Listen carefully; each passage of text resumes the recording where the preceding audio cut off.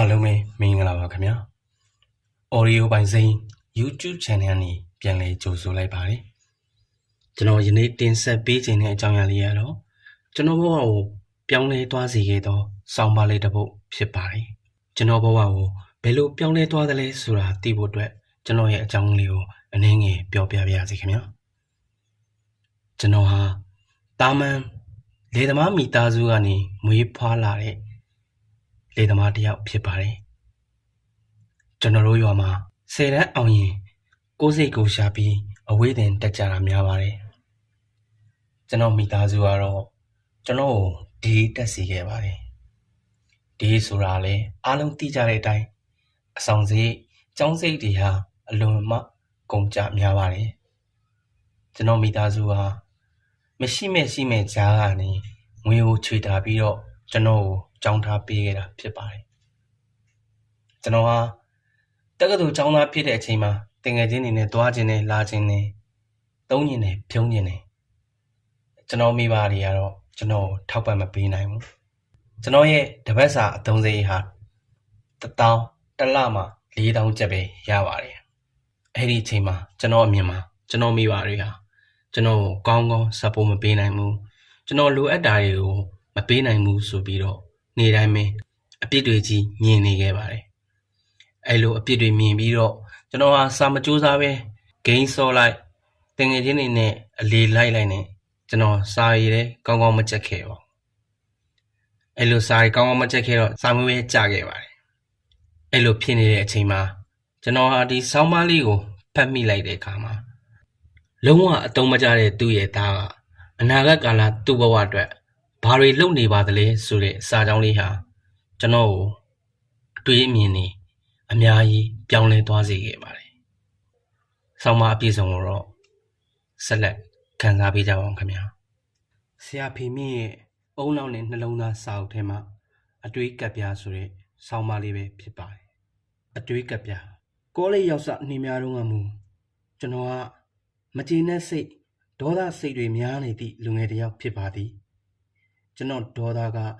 အေးသို့ပြန့်နှံ့နေသည်လောကကြီးထဲမှာကျွန်တော်ဘာကိုမှမကျေနပ်ချင်ပါကျွန်တော်ဒေါသကနေရာတစ်ခုမှာစုပြုံကြရောက်နေတာလည်းရှိသည်အဲ့ဒါကမိဘများဖြစ်သည်မိဘတွေကိုကျွန်တော်သဘောမကျပါအဖေဩဝါဒတွေလမ်းညွှန်တာ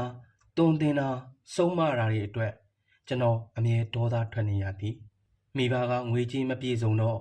ကျွန်တော်နီနီနာနာကကောလိပ်ကျောင်းကိုပဲတက်နိုင်သည်ကျောင်းသွားတော့လေ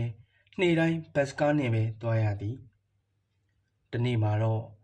အဖေနဲ့ကျွန်တော်အကြီးအကျယ်စကားများသည်ကျွန်တော်စိတ်တွင်ကျွန်တော်ကိုအဖေချုပ်ချယ်လွန်းသည်ဟုထင်နေသည်ကျွန်တော်အချုပ်ချယ်တွေကယုံထွက်ခြင်းသည်အဖေကကျွန်တော်လူကြီးကိုမလေးစားပုံကန်ခြင်းသည်ဟုမြင်သည်ဖိဖိစီစီကင်တွယ်မှဖြစ်မည်ဟုသဘောထားသည်အဲ့ဒီတော့နှစ်ယောက်စလုံးအော်ကြီးဟစ်ကျယ်တွေနဲ့ပောက်ကွဲကြတော့သည်ကျွန်တော်အိမ်ကစူပူအော်ဟစ်ပြီးထွက်လာတော့ကျောင်းကားကသွားနေပြီနောက်တစ်စီးစောင့်ပြီးဆိုရင်ပညာရေးအတန်းကိုမိမှာမဟုတ်တော့ကျွန်တော်အဲ့ဒီမှာပို၍ပင်စိတ်တူလာသည်လန်တလျှောက်ရှူရှူရှဲရှဲဒေါသထွက်လိုက်တဟင်းဟင်းတပြင်းချလိုက်နဲ့ကျွန်တော်ကျောင်းသို့ရောက်လာသည်စိတ်ထဲမှာအဖေနဲ့ပတ်သက်သည့်ဒေါသအတွေ့တွေတစ်လျှောက်လုံးတွန်းချလာသည်မိကောင်ပေါက်ရွယ်လူငယ်တော်တော်များများနည်းတူကျွန်တော်အတွေးတွေကကိုယ်သဘောဆန္ဒကြီးစိုးနေသည်လောကကြီးမှာကျွန်တော်အဖေတော်ဆိုးသည့်အဖေမျိုးတယောက်မျှရှိမည်မဟုတ်ကျွန်တော်လိုမတရားချုပ်ချယ်ခံရသည့်အနေအထားမျိုးလဲဘယ်သူမှကြုံဘူးကြလိမ့်မည်မဟုတ်ကျွန်တော်အဖေသည်အထက်တန်းကျောင်းထွက်စာမေးပွဲလောက်ပင်မအောင်မြင်ခဲ့ကျွန်တော်ကကောလိပ်ကျောင်းသားသူ့ထက်အများကြီးပညာတတ်သည်ဒါတောင်မှပင်ကျွန်တော်ဘဝကျွန်တော်အစီအစဉ်တွေမှာနေရတကာဝင်ပါခြင်းလိုက်နှောက်ယှက်ခြင်းနေသည်စသဖြင့်ကျဲဝဲသောကျောင်းဝင်းကိုဖျက်တမ်းကစာသင်တန်းရှိသည့်အဆောက်အဦသို့အပြေးလွှာသွားရင်းရုတ်တရက်တစုံတစ်ခုကိုသတိရသည်ဒီကနေ့ပေးရမည့်အတွေးကပ်ပြား assignment အတွက်ကျွန်တော်ဘာမှမလုပ်ခဲ့ရသည်ဒီအတန်းကဒေါက်တာစစ်ဒနီပီဆိုင်မွန်ဤအတန်းဖြစ်သည်ဒေါက်တာဆိုင်မွန်ကကျွန်တော်တို့ကျောင်းမှာ အထူးခြားဆုံးဆရာတစ်ယောက်ဖြစ်သည်သူ့ policy တွေလှုပ်ထုံးလုံနည်းတွေကလုံးဝတပါတာတင်ကြားပုံတင်ကြားနည်းတွေကတခါမှမကြုံတွေ့ဘူးသည့်အသစ်ဆန်းတွေဖြစ်တယ်လို့အမှတ်ပေးစနစ်ကလည်းအံ့ဩဖွယ်ရပင်ဒေါက်တာဆိုင်မွန်အကြောင်းကိုလူတိုင်းကပြောကြသည်သူ့ထံပထမဆုံးအတန်းတက်ရသည့်နေ့တွင်ဒေါက်တာဆိုင်မွန်ကသင်ခန်းစာအစီအစဉ်တစ်ခုရှင်းပြသည်အင်္ဂါနေ့တိုင်း၄လက်မှ6လက်မှအညွှန်းကပ်ပြားတစ်ခုစီယူခဲ့ကြပါကပ်ပြားရဲ့ထိပ်မြင်းကြောင်းမှာနာမီနဲ့နေဆွဲရေးပါအောက်မှာဘာရေးမလဲဆိုတာတော့တူဦးချင်းသဘောပဲအတွေးတစ်ခုရေးနိုင်တယ်ကိုစိုးရိမ်ပူပန်တာရေးနိုင်တယ်ခံစားချက်ရေးနိုင်တယ်မေးခွန်းတစ်ခုခုရေးနိုင်တယ်ဒါမှမဟုတ်ဘာဖြစ်ဖြစ်ခေါင်းထဲပေါ်လာတဲ့တစ်ခုခုရေးလိုက်နိုင်တယ်အဲ့ဒါဟာမင်းတို့နဲ့ဆရာကြားတိုက်ရိုက်ဆက်သွယ်တဲ့နည်းတစ်ခုပဲဒီကပ်ပြားတွေဟာလုံးဝလျှို့ဝှက်ဖြစ်တယ်ဘုံလူခုနေ့တိုင်းဓာရီပြန်ပေးမယ်ကပ်ပြားပေါ်မှာမင်းတို့ရေးလိုက်တာတွေနဲ့ပတ်သက်တဲ့ဆရာရဲ့မှတ်ချက်တွေပါလာလိမ့်မယ်မေးဝင်မေးသူကိုဆရာကအတက်နိုင်ဆုံးစူးစမ်းပြီးဖြေမယ်ကိုစိုးရင်ပူပန်တဲ့ကိစ္စဖော်ပြလာသူကိုလည်းအလားတူအလေးနက်တုံ့ပြန်မယ်အရေးကြီးတဲ့အချက်ကဒီကပ်ပြားဟာအင်္ဂါနေ့အတန်းတက်ဖို့အတွက်ဝင်ဝင်လက်မှတ်ဖြစ်တယ်ဆိုတာကိုမမေ့ကြဘူးပဲပထမအင်္ဂါနေ့မှာကျွန်တော်တာဝန်ကျေပွန်စွာအညွှန်းကပ်ပြားယူလာသည်ကပ်ပြားထိပ်မှာကျွန်တော်နာမည်နှင့်အဲ့ဒီနေ့နေဆွဲကိုကြာနာနာရေးပြီးအောက်ဖက်တွင်အယောင်ပြောင်းတိုင်းလဲရွှေမဟုတ်ဟူသောစာကြောင်းရေးလိုက်သည်နောက်နေ့မှာဒေါက်တာဆိုင်မွန်ကအတန်းသားတွေကိုကပ်ပြားပြန်ပေးသည်ကျွန်တော်ကပ်ပြားတွင်ခဲရန်နှင့်ရေးထားသောမှတ်ချက်တစ်ခုပါလာသည်ဒီစကားပုံကမင်းအတွက်ဘာအဓိပ္ပာယ်ထွက်တယ်လဲထူးခြားချက်တစ်စုံတစ်ရာရှိပါသလားမှတ်ချက်ကိုဖတ်ခါကျွန်တော်စိတ်ထဲစနိုးစနောင့်ဖြစ်သွားသည်သူကဒီကပ်ပြားတွေကိုတကယ်အလေးနဲ့လုံနေသည်ပဲကျွန်တော်ကတော့ရင်းနှဲရှိတာတွေကိုသူ့ထံလုံးဝဖွင့်ဟခြင်းစိတ်မရှိနောက်ရက်တွေရောက်လာသည်ဒီအတန်းကတရက်တနာရီနေတိုင်းရှိသည်ဒေါက်တာဆိုင်မွန်ကတကယ်ထက်မြက်သောပုဂ္ဂိုလ်တစ်ယောက်ဖြစ်ပါသည်ကျွန်တော်တို့ဟာမေးခွန်းတွေမေးတော်နည်းဖြင့်သင်ကြားသည်အရင်တုန်းကဘယ်ဆရာထံမှမကြားရခဲ့ဘူးသည့်ပြဿနာတွေအရေးကိစ္စတွေသူဖော်ထုတ်ကာကျွန်တော်တို့အားဆွေးနွေးခိုင်းသည်ပြဿနာကိုကိုယ်တိုင်စဉ်းစားဖြစ်အောင်ဆွပေးသည်ပေါ်ပေါ်တန်တန်မဟုတ်အလေးနဲ့စဉ်းစားစေခြင်းဖြစ်သည်လူမှုရေးပြဿနာနိုင်ငံရေးပြဿနာတဦးချင်းဆိုင်ရာပြဿနာအားလုံးဒီပင်ကျွန်တော်တို့အတန်းအတွက်ဆွေးနွေးစရာသင်ခန်းစာတွေကြီးဖြစ်သည်ကျွန်တော်တို့အတန်းဒီလူမှုရေးဘာသာရေးများတင်ကြားပို့ချဖို့နီးနာများအကြောင်းလေ့လာသောအတန်းဖြစ်ရာလေ့လာမှုနယ်ပယ်ကအလွန်ကျယ်ဝန်းသည်ကျွန်တော်အထက်တန်းကျောင်းမှာတော့ကလည်းလူမှုရေးဘာသာများဖြစ်သောပထဝီသမိုင်းစီးပွားရေးပညာအစရှိတာတွေသင်ခဲ့ရဘူးသည်ဆရာမများကဒီဟာတွေကိုကျက်စာဘာသာအဖြစ်သဘောထားကြသည်သူတို့ထဲမှာပါသည့်အမည်တွေခုနှစ်တက္ကရာတွေနံပါတ်စဉ်ထိုးရေးပေးထားသည့်အချက်လက်တွေကိုအလို့ရအောင်ကျက်စာမေးပွဲမှာမေးလာသည့်အခါအားလုံးပြန်ချရေးဒါပဲဖြစ်သည်သူတို့ထဲကအကြောင်းအချက်တွေနဲ့ပတ်သက်ပြီးစဉ်းစားဝေဖန်ဖို့ဘယ်သူမှခိုင်းလေမရှိခဲ့အစာပိုင်း၌ကျွန်တော်စိတ်တွင်ဆရာဆိုင်မွန်ကကျွန်တော်တို့ကိုဒီပြဿနာရဲ့တွေနဲ့ပတ်သက်၍ထောက်ခံသည့်ဘက်ကအမြင်တွေသို့မဟုတ်စန့်ကျင်သည့်ဘက်ကအမြင်တွေခေါင်းနဲ့ရိုက်ထည့်ပေးဖို့ကြိုးစားနေတာများလားဟုထင်မိသေးသည်သို့တော့ဆရာကဒီလိုပုံကူမျိုးမဟုတ်ပါကျွန်တော်တို့ကိုယ်ဘာသာစဉ်းစားတတ်ဖို့အဲ့ဒီကမှကိုယ်ပိုင်အတွေးမြင်အယူအဆများကင်ဆွဲရရှိလာစေဖို့သူတိုက်တွန်းအားပေးနေခြင်းသာဖြစ်သည်သို့တော့ပုံဝင်လင်းလင်းပြောရရင်ဒီအတန်းတက်ရတာကျွန်တော်အတော်ကတိကအောက်ဖြစ်ပါသည်စင်စစ်ဆရာဆိုင်မွန်တင်ကြားပုံကအသေးအစမ်းဖြစ်၍ညီးငွေဝယ်မရှိဟုဆိုနိုင်သည်သဘောကျခြင်းစရာတခါတရံတက်ကြွပါဝင်ခြင်းစရာလည်းဖြစ်ပါသည်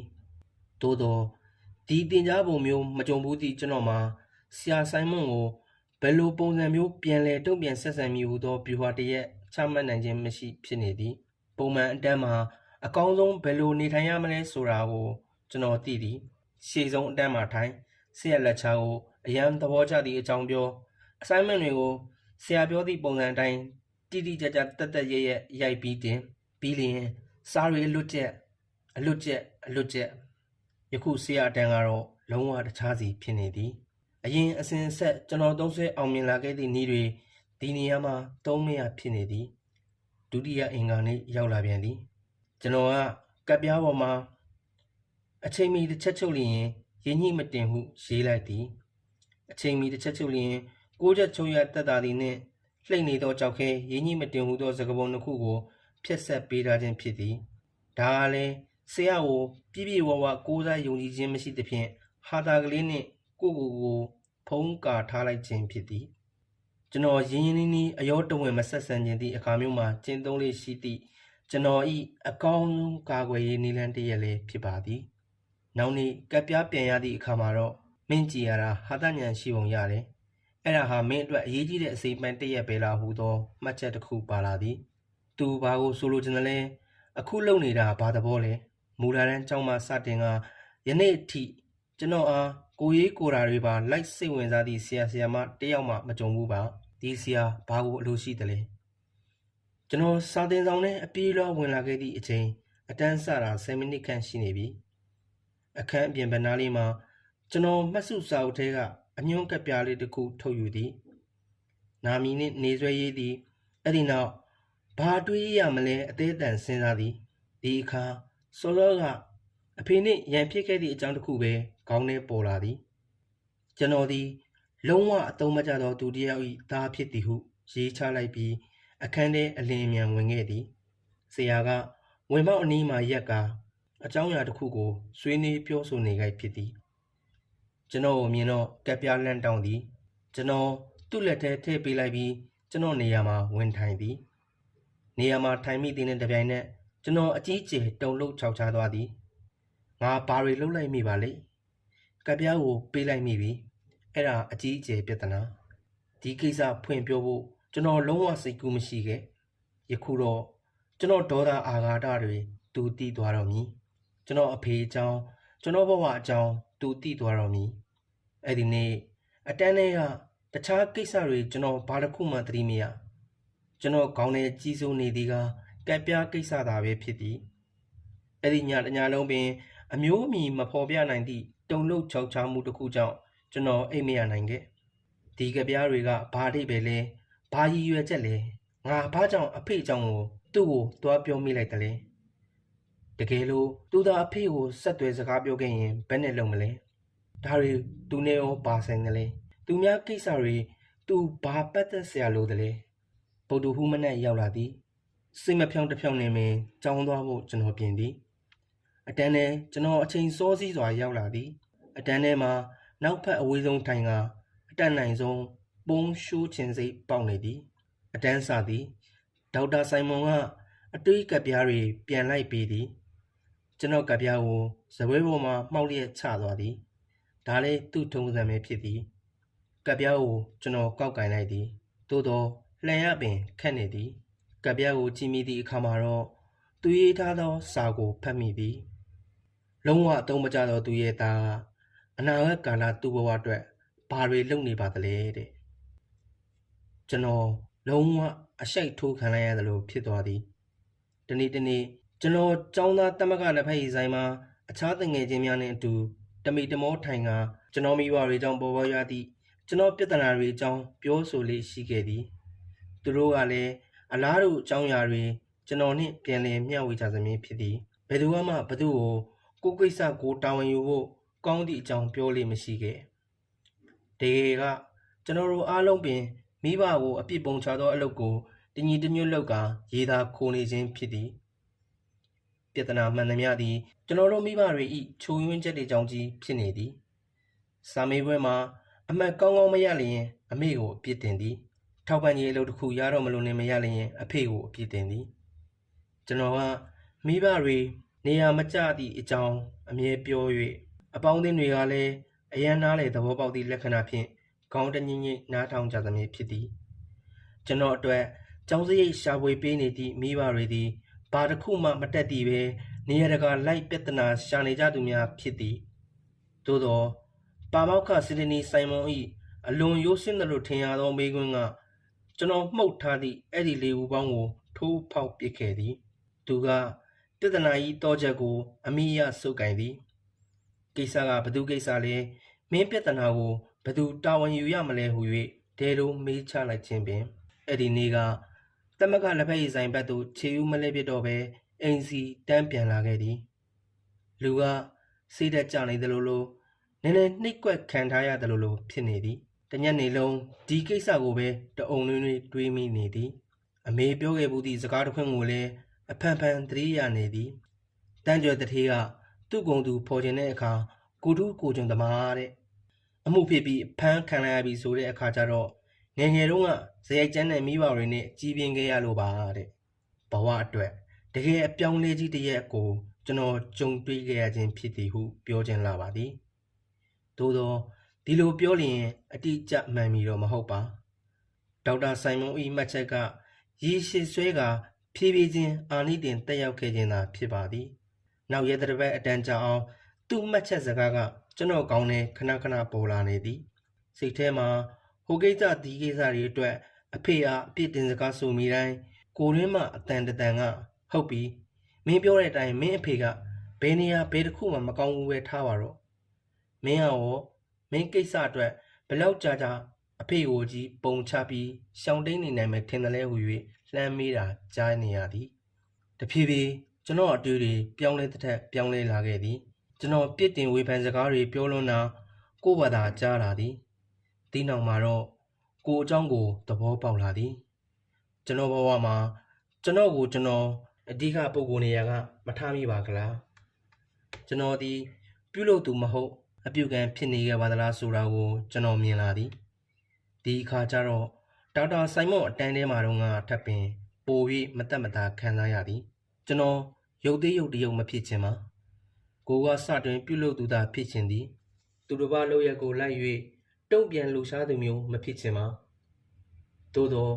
အင်းကျက်ဖွံ့ဖြိုးမှုဖြစ်စဉ်ကအစောတလင်အလွယ်တကူမဖြစ်ပေါ်ပါမိမိခံစားမှုမိမိရွေးချယ်မှုနှင့်မိမိလုပ်ရများအတွက်မိမိဘာသာတာဝန်ယူတတ်သူတဦးဖြစ်ကျွန်တော်အားလူအများတတိထားမိလာဖို့တစ်နှစ်မြချိန်ကြာခဲ့သည်ကျောင်းကဘာသာရပ်တိုင်းမှာပင်ကျွန်တော်အဆင့်အမှတ်တွေတိတိတသာတက်လာသည်အပေါင်းအသင်းတငယ်ချင်းအသစ်တွေတိုးပွားလာတဲ့ကဲ့သို့သူတို့၏အရေးချင်းတွေကလည်းမြင့်မားလာတာအံ့ဩစွာတွေးရှိရသည်အထူးခြားဆုံးကကျွန်တော်အမြင်မှာအဖေအရင်ကထက်အဆမတန်တော်လာနေခြင်းဖြစ်သည်ဒီကာလတစ်လျှောက်လုံးပင်ကျွန်တော်အတွေ့အကြုံတွင်ဖြည့်မြဲဖြည့်ပေးပြီးခဲ့သည်